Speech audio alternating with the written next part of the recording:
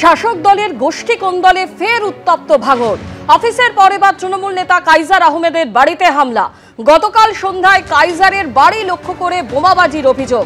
আরো বিস্তারিত জানতে কথা বলবো আমাদের প্রতিনিধি হিন্দল দে এই মুহূর্তে আমাদের সঙ্গে টেলিফোনে রয়েছেন।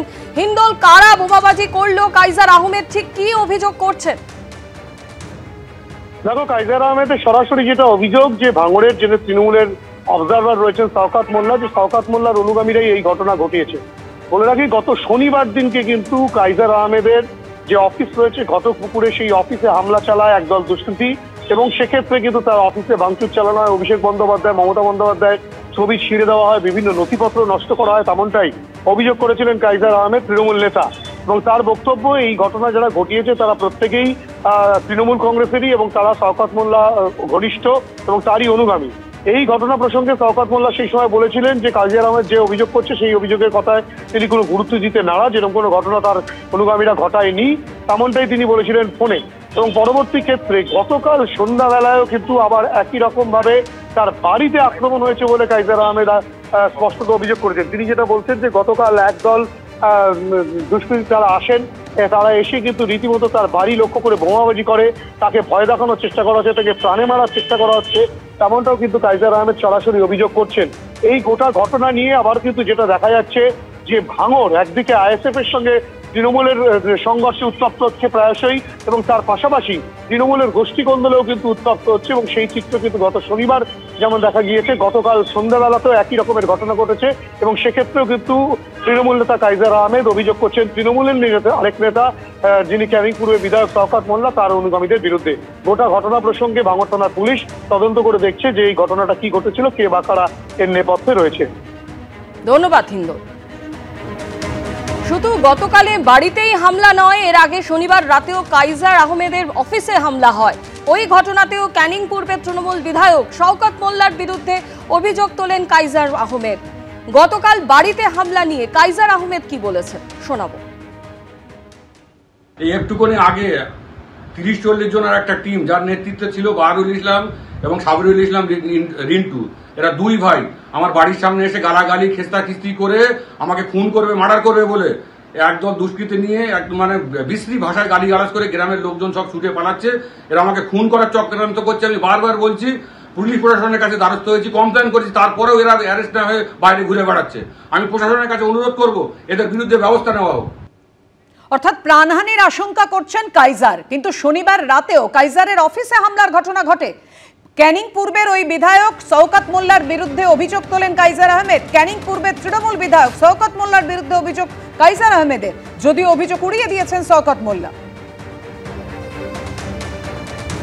কাইজার আহমেদের বাড়ি লক্ষ্য করে বোমা ছোড়ার অভিযোগ, কিন্তু তার আগে শনিবার রাতে কাইজারের অফিসে হামলার ঘটনা ঘটে।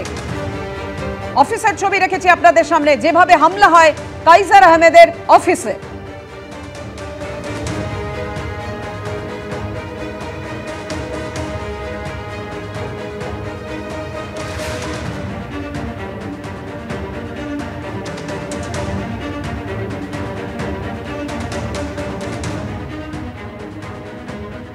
নজর রাখবো পরের খবরে। এসআইআর মানে সাইলেন্ট ইনভিজিবল রিগিং। কেন এসআইআর থেকে বাদ পড়লো অসমের মতো উত্তর পূর্বের সীমান্তবর্তী রাজ্যগুলো? প্রশ্ন অভিষেক বন্দ্যোপাধ্যায়ের। অল্পবিদ্যা ভয়ঙ্করী, পাল্টা আক্রমণ সুকান্ত মজুমদার। এসআইআর হচ্ছে সাইলেন্ট ইনভিজিবল রিগিং, চুপি চুপি ভোটের কারচুপি। কজন বাংলাদেশি, কজন রোহিঙ্গা, কজন অন্য দেশের নাগরিক, কার কোথায় বাড়ি, সেই সূচি তো ইলেকশন কমিশন রিলিজ করেনি। খুব কৌশলের সাথে তারা আসামকে বাদ দিয়েছে। এবং এটা তো কাকতালীয় হতে পারে না। এই 5টা রাজ্যে আপনি যদি দেখেন, তাহলে এই 5টা রাজ্যে একমাত্র আসাম যেখানে বিজেপি ক্ষমতায় রয়েছে। তাহলে বিজেপি যেখানে ক্ষমতায় থাকবে সেখানে এসআইআর হবে না, বাংলায় এসআইআর হবে। তারা বলেছে যে সেখানে সিটিজেনশিপ অ্যাক্ট পৃথক রয়েছে। তাহলে আপনি এক দেশ, এক বিধান, এক নিশান, ওয়ান নেশন, ওয়ান ইলেকশন, এসব গল্প দেন কেন? ইলেকশন কমিশনের কোন রুলে লেখা আছে যে ভোটার লিস্ট রিভিশনের সময় এই স্টেটে কাজ হবে আর ওই স্টেটে হবে না?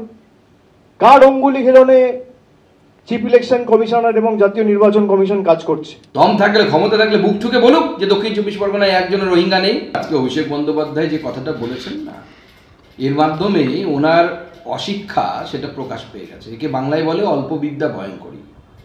অভিষেক বন্দ্যোপাধ্যায় গতকাল প্রেস কনফারেন্সটা যদি ভালো করে শুনতেন, সুপ্রিম কোর্টে অসমের নাগরিকত্ব নিয়ে যে মামলা চলছে সে বিষয়ে আমাদের ইলেকশন কমিশন কি বলেছে, গণেশ কুমারজি কি বলেছেন, তাহলে উনি জানতে পারতেন। অর্থাৎ অন্যান্য রাজ্যে এসআইআর হলেও আসামে কেন নয়, এ নিয়ে প্রশ্ন তুলেছেন অভিষেক বন্দ্যোপাধ্যায়। আপনারা জানেন গত সোমবারই পশ্চিমবঙ্গ সহ 12টি রাজ্যে এসআইআর এর কথা ঘোষণা করেছেন মুখ্য নির্বাচন কমিশনার গণেশ কুমার। এর মধ্যে পশ্চিমবঙ্গের পাশাপাশি রয়েছে তামিলনাড়ু, কেরল ও পুদুচেরির মধ্য রাজ্য। যদিও অসমে 2026 বিধানসভা ভোট, এসআইআর এর ঘোষণা নির্বাচন কমিশন করেনি আসামে, কিন্তু কেন দেখুন। भारतीय नागरिकता कानून में आसाम के लिए नागरिकता के लिए अलग प्राविधान है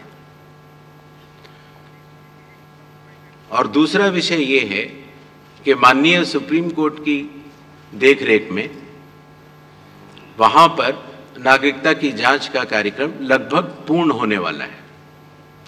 ऐसी स्थिति में जो ये 24 जून का एसआईआर का ऑर्डर था वो पूरे देश के लिए था, वो आसाम पर लागू नहीं होता और इसलिए आसाम के लिए अलग से रिवीजन के आदेश जारी किए जाएंगे। সাম্প্রতিক অতীতে এসআইআর নিয়ে রোহিঙ্গাদের কথা বারবার বিজেপি নেতাদের মুখে শোনা গেছে। এই প্রেক্ষাপটে মঙ্গলবার একেবারে ম্যাপ দেখিয়ে পাল্টা প্রশ্ন ছুড়েছেন অভিষেক বন্দ্যোপাধ্যায়। ও ডায়মন্ড হারবার লোকসভার মধ্যেই রোহিঙ্গা আছে, ছবি দেখিয়ে প্রমাণ করে দেব, পাল্টা চ্যালেঞ্জ সুকান্ত মজুমদারের। এসআইআর হচ্ছে সাইলেন্ট ইনভিজিবল রিগিং, চুপি চুপি ভোটের কারচুপি। কজন বাংলাদেশি, কজন রোহিঙ্গা, কজন অন্য দেশের নাগরিক, কার কোথায় বাড়ি, সেই সূচি তো ইলেকশন কমিশন রিলিজ করেনি। খুব কৌশলের সাথে তারা আসামকে বাদ দিয়েছে এবং এটা তো কাকতালীয় হতে পারে না। এই 5টা রাজ্যে আপনি যদি দেখেন তাহলে এই 5টা রাজ্যে একমাত্র আসাম যেখানে বিজেপি ক্ষমতায় রয়েছে। তাহলে বিজেপি যেখানে ক্ষমতায় থাকবে সেখানে এসআইআর হবে না, বাংলায় এসআইআর হবে। তারা বলেছে যে সেখানে সিটিজেনশিপ অ্যাক্ট পৃথক রয়েছে। তাহলে আপনি এক দেশ এক বিধান এক নিশান, ওয়ান নেশন ওয়ান ইলেকশন এসব গল্প দেন কেন? ইলেকশন কমিশনের কোন রুলে লেখা আছে যে ভোটার লিস্ট রিভিশনের সময় এই স্টেটে কাজ হবে আর ওই স্টেটে হবে না? কার অঙ্গুলি হেলনে চিফ ইলেকশন কমিশনার এবং জাতীয় নির্বাচন কমিশন কাজ করছে? তার ডায়মন্ড হারবার লোকসভার মধ্যে রোহিঙ্গা আছে। আমরা ছবি দিয়ে, ভিডিও দিয়ে প্রমাণ করে দেবো যে অভিষেক বন্দ্যোপাধ্যায় সহ দক্ষিণ 24 পরগনা, ওনার এলাকা সহ দক্ষিণ 24 পরগনায় একের পর এক রোহিঙ্গা বস্তি তৈরি করা হয়েছে। যেই রাজ্যকে ডেমোগ্রাফি পরিবর্তন করে বাংলাদেশ বানানোর চক্রান্ত করবে আর ভারতবর্ষের সরকার, ভারতবর্ষের ইলেকশন কমিশন বসে বসে দেখবে, তাই হয় নাকি?